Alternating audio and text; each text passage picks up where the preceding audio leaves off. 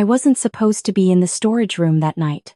I was supposed to be on the gallery floor, greeting collectors at our biggest opening of the season, watching champagne glasses catch the light from the Chihuly installation, feeling the familiar thrill of another successful show. Instead, I stood in the climate-controlled darkness, surrounded by wrapped canvases and shipping crates, staring at a security monitor that showed my husband's hand resting on another woman's lower back.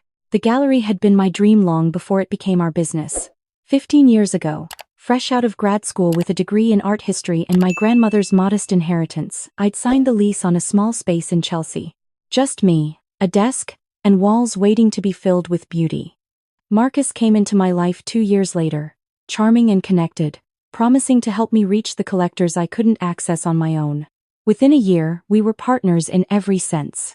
Within 3, we were married. He brought the business acumen, the corporate clients, the museum connections. His name opened doors mine couldn't. And slowly, almost imperceptibly, Claire Sutton Gallery became Sutton Kane Gallery, then just Kane Gallery to most people who mattered. I told myself it was fine. Partnership meant compromise.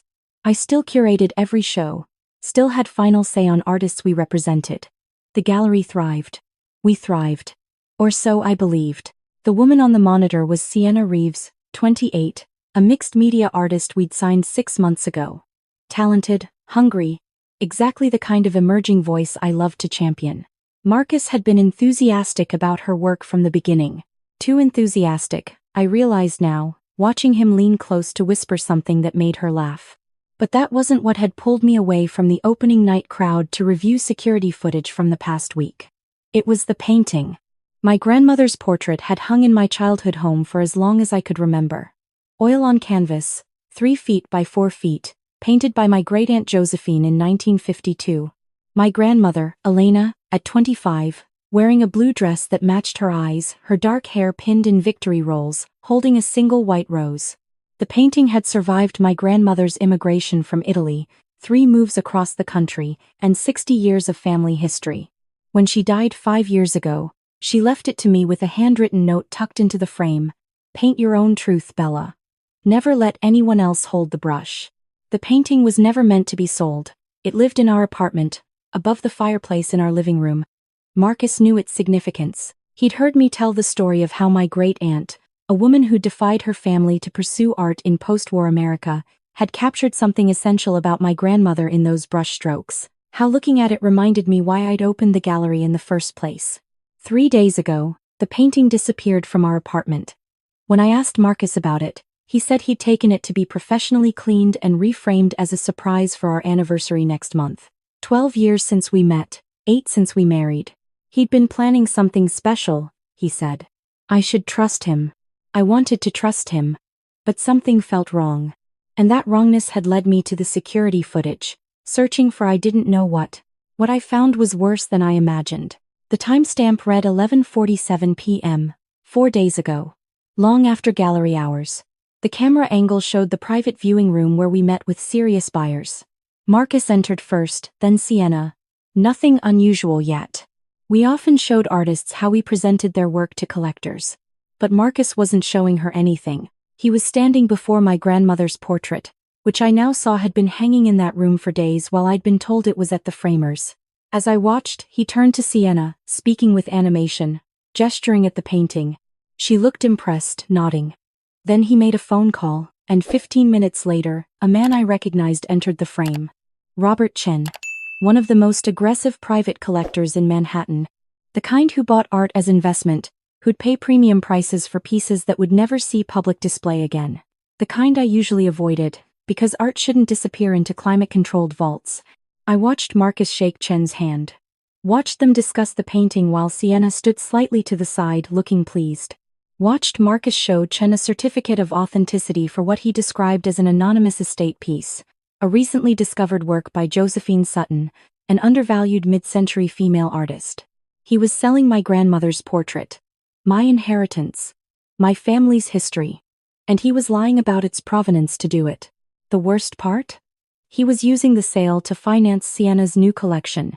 I could hear it even through the silent security footage in the way he kept gesturing between her and the painting. He was trading my legacy for her future. I stood in that storage room, champagne bright laughter filtering through the walls from the opening reception, and felt something shift inside me. Not rage, exactly. Rage was hot and impulsive and messy. This was colder. Diamond hard, my grandmother might have said. Like the clarity that comes when illusions finally shatter. I'd spent 12 years building this gallery, this life. 8 years of marriage, of compromise, of letting Kane precede Sutton in introductions. I'd stepped back so he could step forward, swallowed my disappointment when my own art was deemed not commercial enough for our stable, smiled through charity events where I was introduced as Marcus Kane's wife instead of Claire Sutton, curator. All while telling myself it was partnership. Mutual success. Love. Paint your own truth, my grandmother had written. Never let anyone else hold the brush. I'd let Marcus hold the brush for too long. The security footage continued. I watched Chen examine the painting closely, clearly impressed. Watched Marcus quote a price that made my stomach turn. $300,000, my grandmother's portrait, the painting that had watched over 5 generations of women in my family, reduced to a transaction. Watched Chen nod and extend his hand to seal the deal. The sale was scheduled for tomorrow. Private transfer. The painting would leave the gallery before the opening night crowds dispersed, disappearing into Chen's collection before I even knew it was gone. My hands were steady as I saved the footage to a secure drive. Steady as I made 3 phone calls from the storage room. First to my lawyer, Jennifer Wu, who'd handled the original partnership agreement. She answered on the second ring, listened to my clipped explanation, and said she'd meet me at her office first thing tomorrow morning. Second call went to Chen's assistant. I'd worked with her on a previous acquisition, a small bronze sculpture for his daughter's collection. I kept my voice light, apologetic. There had been a mistake regarding tomorrow's transfer. Could we possibly reschedule for tomorrow evening instead? After the opening reception? Say, 8 p.m.? Yes, at the gallery. I wanted to ensure proper documentation. She agreed, efficient and polite. The third call went to my college roommate, Maya, now a features editor at Art News. We'd been friends for 20 years. She'd covered my gallery's opening, had profiled me 3 years ago for a piece on women reshaping New York's art scene. I told her I had a story for her. A good one. Could she be at the gallery tomorrow at 8? And bring a photographer? She didn't ask questions, just said yes. I deleted my call history and returned to the reception. The gallery was packed with collectors, critics, artists, all the people who made the New York art world turn. Marcus stood near the main installation, Sienna beside him, both of them radiant with success. They looked good together, I realized. Young power couple energy. The kind of image that sold to commercial clients. He saw me and smiled, that warm, inclusive smile that had first attracted me. There you are. I was starting to worry. Come meet the Hendersons, they're interested in the Rothfeld piece. I smiled back, playing my part one last time. Met the Hendersons, discussed Rothfeld's innovative use of reclaimed materials, secured their commitment to purchase. Did what I'd always done, made the gallery successful while Marcus took the credit. But all evening, I felt it. That cold clarity. That diamond-hard certainty. He'd made his choice. Now, I'd make mine. The next morning, I met Jennifer at her office at 7 a.m. I showed her the security footage, the partnership agreement Marcus and I had signed 8 years ago, the certificate of authenticity he'd forged for my grandmother's painting. Jennifer's expression remained professionally neutral, but her eyes hardened. He's committing fraud, she said flatly. And using partnership assets to do it. This is grounds for immediate dissolution of the business partnership, possible criminal charges, and a very clear case of theft. The painting is your personal property, separate from marital assets. I don't want to press criminal charges, I said. I want him out of my gallery. And I want witnesses when it happens. Jennifer nodded slowly. We can do that. The partnership agreement has a clause about fraud and misrepresentation. You can dissolve it effective immediately with proper documentation. I'll draw up the papers. As for the rest. She paused. You're sure about this? It's going to be public. Messy. I've been quiet too long, I said. I'm done being quiet. By noon, the paperwork was ready. By 3 p.m., I'd met with our accountant, who confirmed that Marcus had been moving funds from the gallery's operating account to finance Sienna's studio and materials. Not illegal, exactly, since we were partners. but combined with the attempted sale of my personal property, it painted a clear picture. By 6 p.m., I was back at the gallery, preparing. I'd changed from the previous night's cocktail dress into something simpler. Black pants, white silk blouse, my grandmother's gold locket that I'd inherited along with the painting. My armor. My truth. The evening reception was smaller than opening night, but still well attended. Serious collectors who'd wanted a quieter environment to view the work. Perfect. Marcus arrived at 7, Sienna trailing behind him. He kissed my cheek, squeezed my shoulder. Ready for tonight? Chen's coming at 8 to finalize everything. Everything? I asked lightly. The estate piece I mentioned. Should be a good sale. The anonymous Josephine Sutton painting. He didn't even flinch. Exactly. Really lucky find. I have a good feeling about it. I bet he did. At 7:45, I excused myself to check on the private viewing room. The painting hung there, my grandmother's face serene and knowing, that white rose eternal in her painted hands. I stood before it, remembering. Her voice telling me stories. Her hands teaching me to see beauty in unexpected places. Her note, paint your own truth. I'm painting it now, Nana, I whispered. At 7:55, Chen arrived, punctual as always. His assistant carried documentation. Marcus greeted him warmly, guiding him toward the private viewing room. Sienna followed, excited to observe the sale. At 7:58, Maya arrived with her photographer. I greeted her at the door, hugged her, whispered, wait for my signal. At 8, I walked into the private viewing room. Marcus was mid-pitch, gesturing at the painting. As you can see, the provenance is clear. Estate sale, authenticated by our expert. A rare find from an undervalued artist. The price we discussed reflects its investment potential. That's an interesting story, I said. All three of them turned. Marcus's smile was easy, unsuspecting. Claire, perfect timing. Mr. Chen was just admiring the piece. Mr. Chen, I said, my voice carrying that diamond-hard clarity. I'm afraid there's been a misunderstanding. This painting isn't for sale. Marcus's smile faltered slightly. Honey, we discussed this. It's a great opportunity. We discussed nothing. I moved to stand beside my grandmother's portrait. Because this isn't an anonymous estate piece. This is my grandmother, Elena Sutton, painted by my great-aunt Josephine in 1952. It hung in my childhood home. It was bequeathed to me personally 5 years ago. It has never been gallery property and certainly isn't for sale. The room went very quiet. Chen looked between us, confused.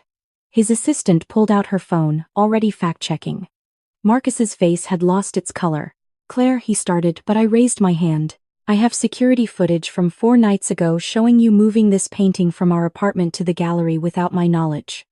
I have documentation proving its provenance and my ownership. I have records showing you've been redirecting gallery funds to finance Sienna's work while attempting to sell my family heirloom to cover the shortfall.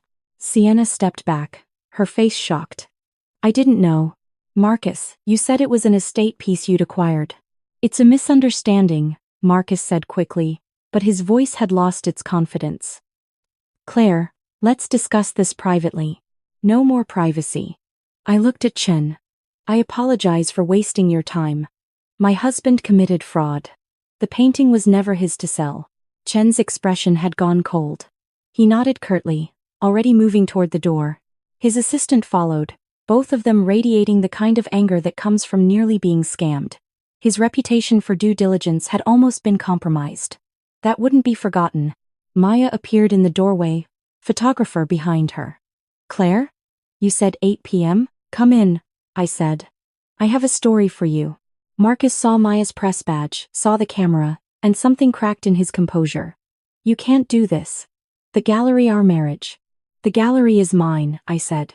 I pulled the dissolution papers from my bag, walked over, and handed them to him. Partnership dissolved as of today, effective immediately. Grounds: fraud, misrepresentation, and misuse of shared assets.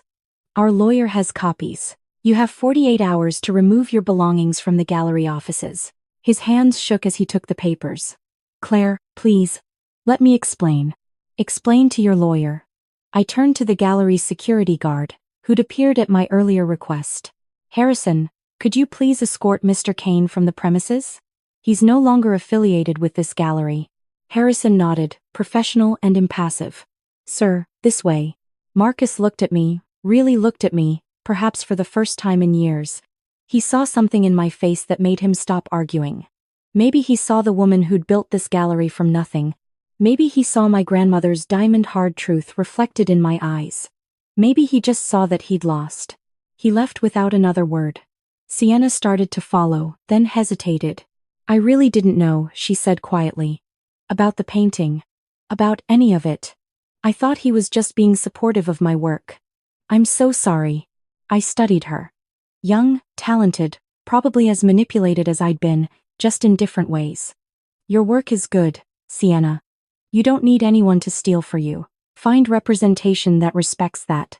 She nodded, tears in her eyes, and left. Maya was already filming, her photographer capturing the painting, the room, my face. Claire, can you tell me what happened here? And I did. I told her everything, the gallery I'd built, the partnership that had slowly erased my name, the grandmother whose portrait had traveled across oceans and generations, carrying a message about truth and art and women who refused to be silenced. The husband who'd tried to sell that legacy to finance his affair. I told my truth. Finally. Completely. The story ran 3 days later. Front page of Art News's digital edition. Claire Sutton reclaims her gallery and her voice. How one woman exposed fraud at the heart of New York's art world. Maya had written it perfectly, balancing the personal betrayal with the larger issues of credit, theft, women's erasure in the art world, partnership manipulation. The response was immediate. Collectors who'd worked with Marcus came forward with their own stories of misattributed work, questionable provenance claims. The gallery's board of advisors, which I'd assembled years ago, released a statement supporting my decision and severing ties with Marcus. Chen, to his credit, released his own statement condemning fraud in private sales. Marcus tried to salvage his reputation, but the art world is small and has a long memory. Within a week, his other partnerships had dissolved. Within a month, he'd left New York entirely. Sienna, to her credit, found new representation and donated a piece to a charity auction benefiting art fraud prevention. I respected that. The divorce took 6 months. Jennifer made sure I kept the apartment, the gallery, everything that mattered. Marcus got his business connections and his reputation in tatters. He tried to argue for shared assets, but the fraud evidence was irrefutable. 14 months after that night in the private viewing room, I stood in my gallery, no longer Kane Gallery or Sutton Kane Gallery, just Sutton Gallery again, preparing for an opening. My opening, the first time in 15 years I'd exhibited my own work publicly. The paintings lined the walls, 20 pieces I'd created in secret over the past year. Each one inspired by my grandmother's portrait, exploring themes of legacy, truth, and women who'd been told to be quiet. The centerpiece hung in the main room, my grandmother's portrait, restored and reframed, with my great-aunt's painting beside it, and my own self-portrait completing the triptych. 3 generations of women, all holding brushes, all painting their truth. The opening was packed. Critics, collectors, artists, all curious to see what Claire Sutton had been hiding all these years. Maya wrote another piece, this one celebrating my return to creating art instead of just curating it. I stood near the triptych, champagne in hand, and felt something I hadn't felt in years, not satisfaction, exactly. Not revenge, though there was some of that. More like clarity. Like I'd finally picked up the brush my grandmother had told me never to put down. A young woman approached, maybe 25, with a portfolio under her arm. Miss Sutton? I'm an emerging artist, and I wondered if you might look at my work. I know you're accepting new artists again. I smiled at her, seeing a little of my younger self in her nervous hope. I'd love to. Let's set up a time to meet properly. Are you represented currently? No, ma'am. I've been looking for someone who'll respect my vision. That's good, I said. Never settle for less than that. Never let anyone else hold the brush. She looked confused at the phrase, but she'd understand eventually. They always did. I turned back to the triptych, to 3 generations of women who'd refused to be erased, and raised my glass in a silent toast. To my grandmother. To my great-aunt, to the woman I'd forgotten I was and the woman I'd become.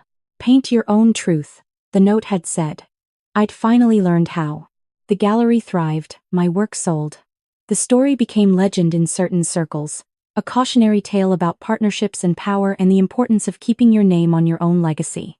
But for me, it was simpler than that. It was about a painting, a promise, and the moment I chose to stop being quiet.